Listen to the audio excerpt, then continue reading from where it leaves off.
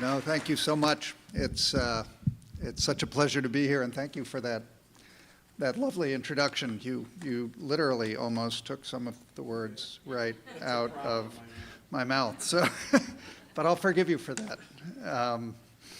No, I really appreciate you joining me for the event, and Vandana too.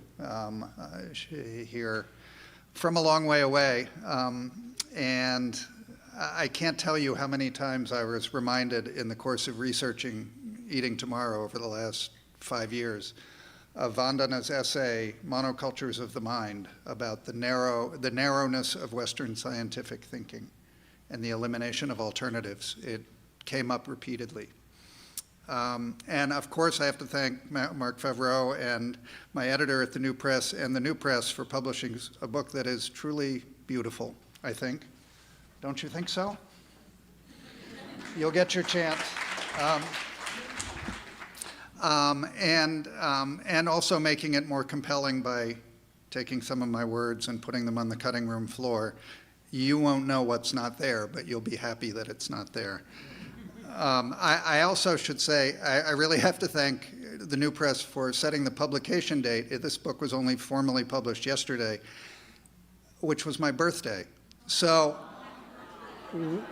best birthday present ever. An even better one for you when you buy it afterwards. And really thanks to Bittman and the Food Studies program here at New School for hosting us. This also is kind of the biggest birthday party anyone's ever thrown for me as well. You want us to sing? Just you, solo.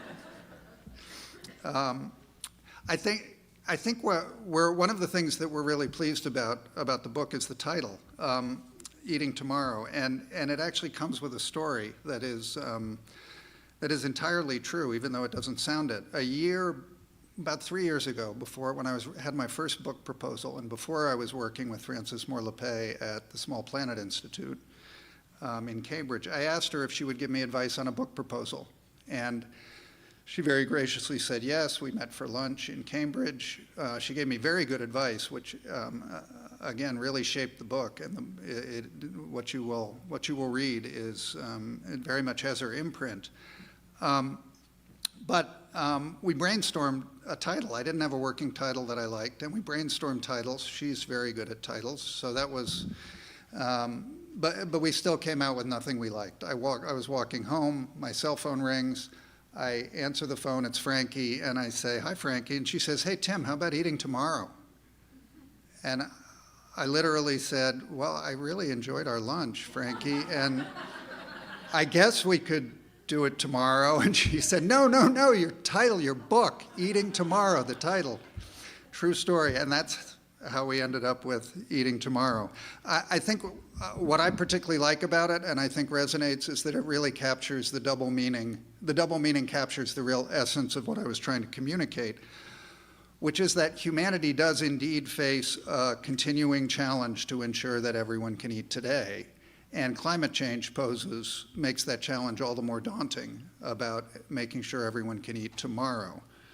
But the way we're producing our food is on chemical-intensive industrial-scale farms, is quite literally devouring the natural resources, the seeds, the land, the soil, the climate, the water, on which future food production depends.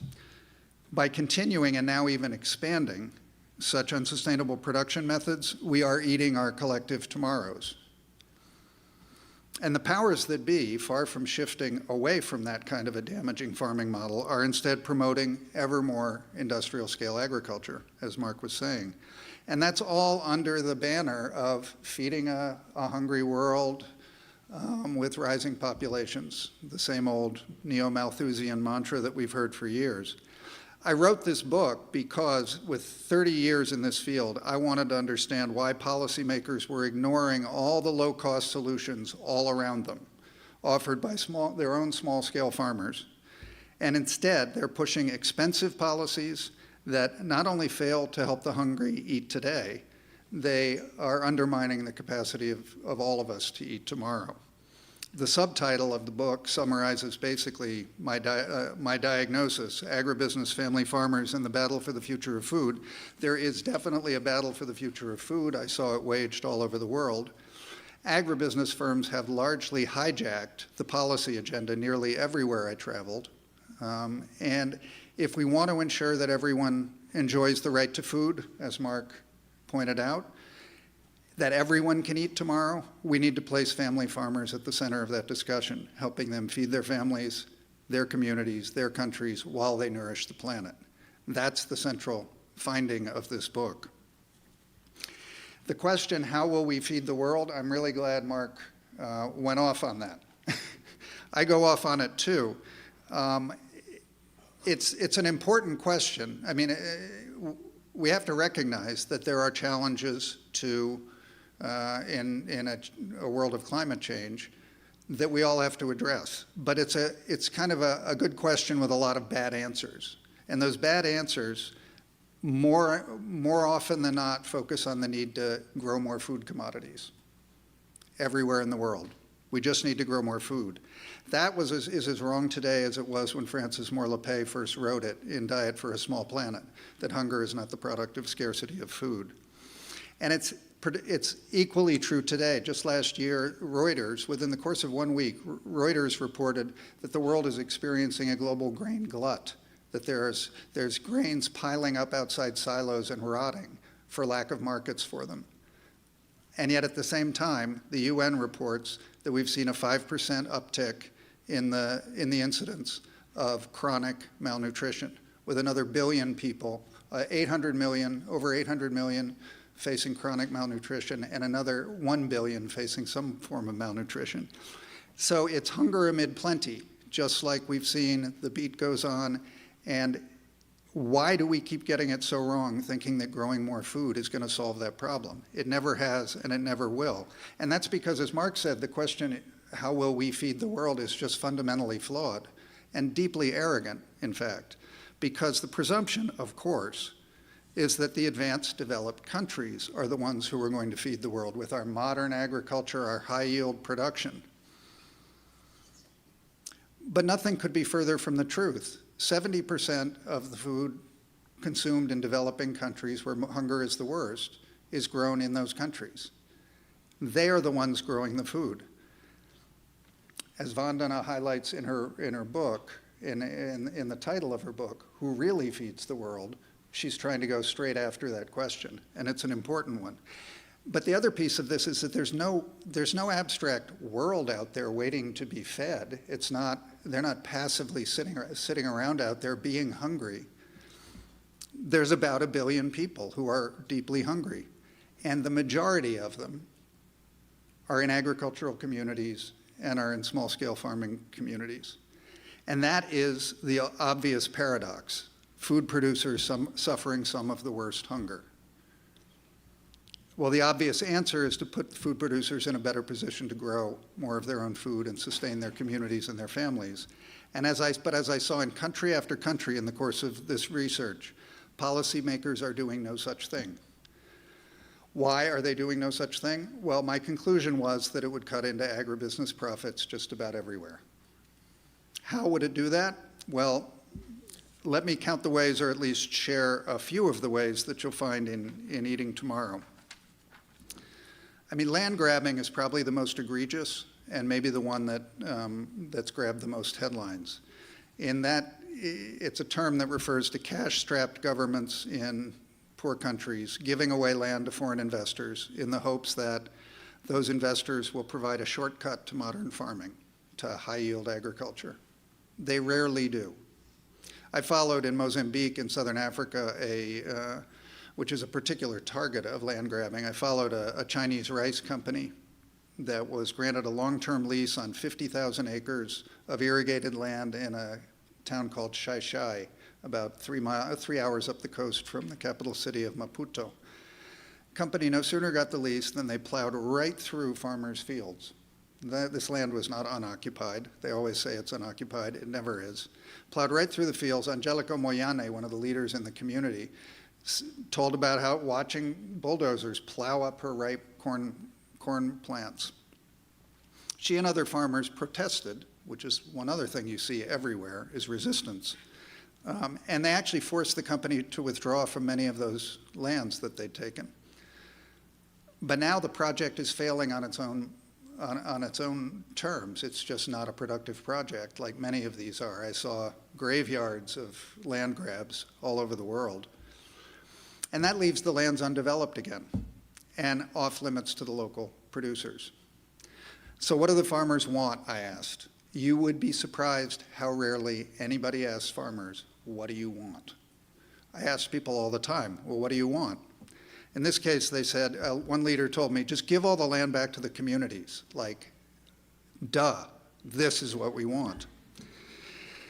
And local farmers in Shai are taking steps to actually make that happen. They formed a new association. They named Tsakane, which in their local language means happy. And they've petitioned for 750 acres of land that will let their members grow more food. The women of Shai show us the way if we will listen. It's not clear who's listening, but the question is obvious. If you want to feed the hungry, why not give good land to food producers to grow more food? It's a good question for the government of Zambia, which I studied quite a bit. 78% of Zambians, rural residents, are in extreme poverty, and the government has carved out 250,000-acre farm blocks for foreign investors. Wilfred Monga has 12 acres of land and some cattle in southern province in Zambia.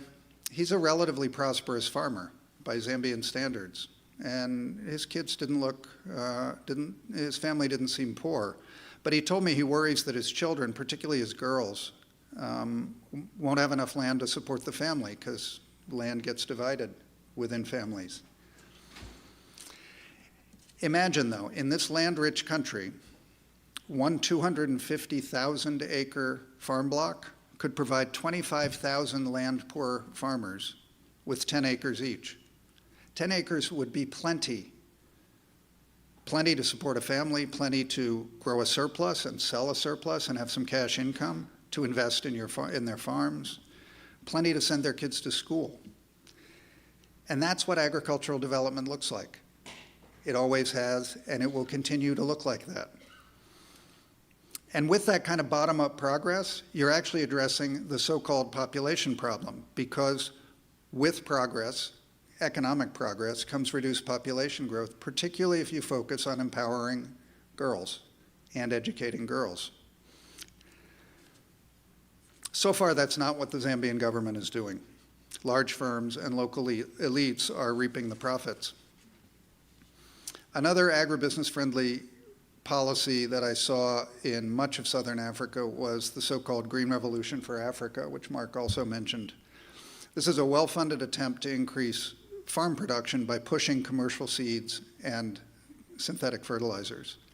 Governments put scarce public funds, in some cases as much as 60% of their entire agricultural budgets, in subsidies so small farmers can purchase from the private sector seeds and fertilizers.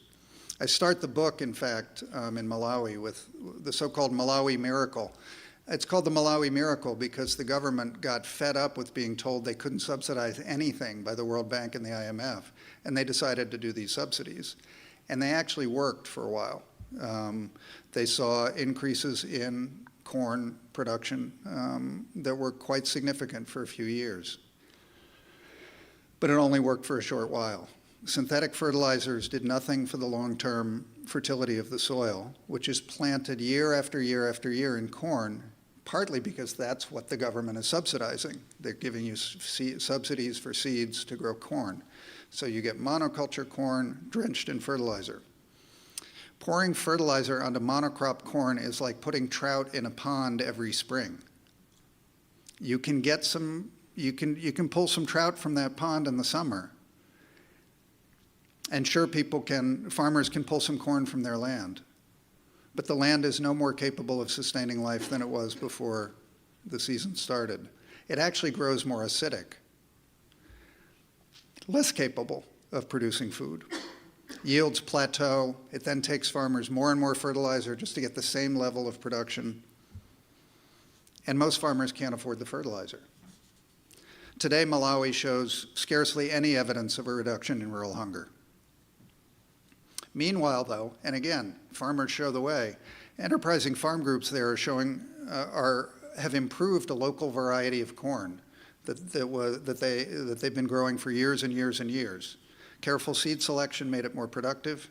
It's high in vitamin A, which is very much in demand and very much needed in the diets of people in the area. But they don't have to buy those seeds every year from Monsanto or another seed company, and they don't have to buy fertilizer to drench it each year to make it grow. They interplant a variety of crops mixed together. That improves soils. It diversifies their families' diets, right? Families aren't just pulling corn out of the ground every year and eating only corn. They're eating a variety of vegetables and other nutritious crops. And it also helps them withstand climate shocks, because if a drought kills their corn or a pest kills their corn, other crops are there to survive and feed the family. I heard farmer after farmer sing the praises of this agroecological farming that they're doing, and they're now beginning to sell that vitamin A-rich corn to neighboring farms and to aid agencies. But what does the government do? It drafts a seed policy that strengthens the rights of commercial plant breeders and threatens the rights of these same farmers to save, exchange, and sell their own seeds. Why? Because the policy says only certified seeds can be sold. They in fact say, and this shocked me, that these seeds, which farmers have been using for generations, can't even be called seeds. They can only be called grain, worthy of eating but not planting. How can such nutritious corn, which we have planted for generations, not be a seed? One farmer said to me. I was actually arguing with one of the defenders of the policy in Malawi, and exasperated, I said, the way this policy reads, it could have been written by Monsanto. And after a long pause, he looked at me and said very sheepishly, well, one former Monsanto official was a co-author of the policy. I was shocked. I wrote about it. My report of Monsanto's bald-faced conflict of interest in this issue prompted an outcry and some reforms to the seed policy, I'm glad to say. But the scary thing is that the companies and their philanthropic allies, like the Bill and Melinda Gates Foundation, have their sights set on, quote unquote, opening Africa to the seed giants for commercial seeds, including GMOs. And that's been dubbed in places like Malawi, the new colonialism. It is very much a colonial undertaking. They have certainly succeeded in capturing most African governments with their funds, with their campaigns, and with their pressure. In the capital city of Lilongwe in Malawi, I saw farmer Evelyn Jolomole from this community that was growing the orange maize, displaying it and some of the products they make from it in an exhibition on adaptation to climate change. And the president of Malawi, actually, Peter Mutharika, actually came to her booth. She had this farmer from Lobi in central Malawi had the opportunity to speak with the president. And when she handed him a bag of this beautiful bright orange maize flour, he said to her, "Oh, is this from Monsanto?" I thought immediately of the monoculture of the mind that Vandana has written about so eloquently. It's such a narrowing of our thinking to the stifling of our imaginations. Evelyn was actually on TV that night explaining that no, to the president, that no, this was actually a freely available natural resource that could solve Malawi's food security problems. I actually had a lot of interactions with Monsanto that you'll read about in the book.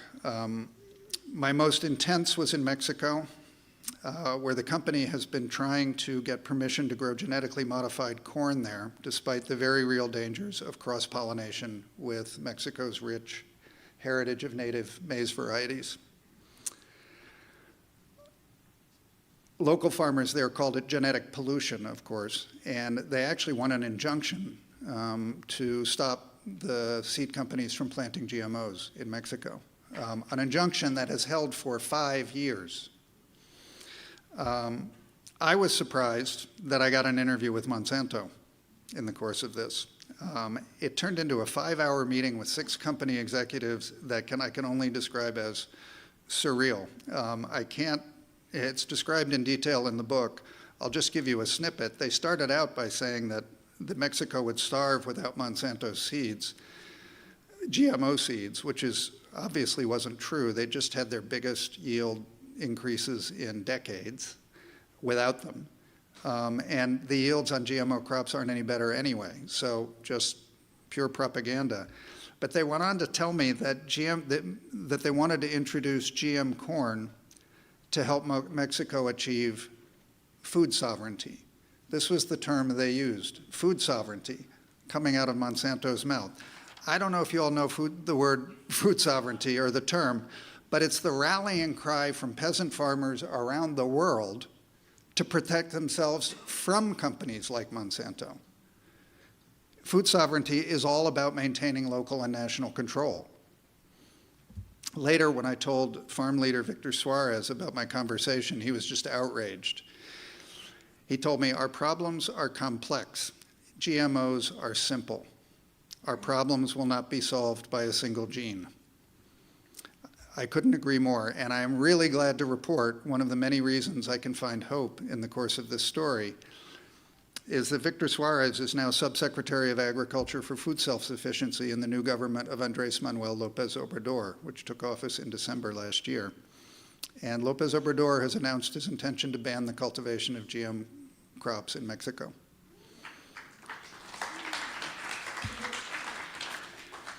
Not surprisingly, though, agribusiness influence is the strongest in the United States.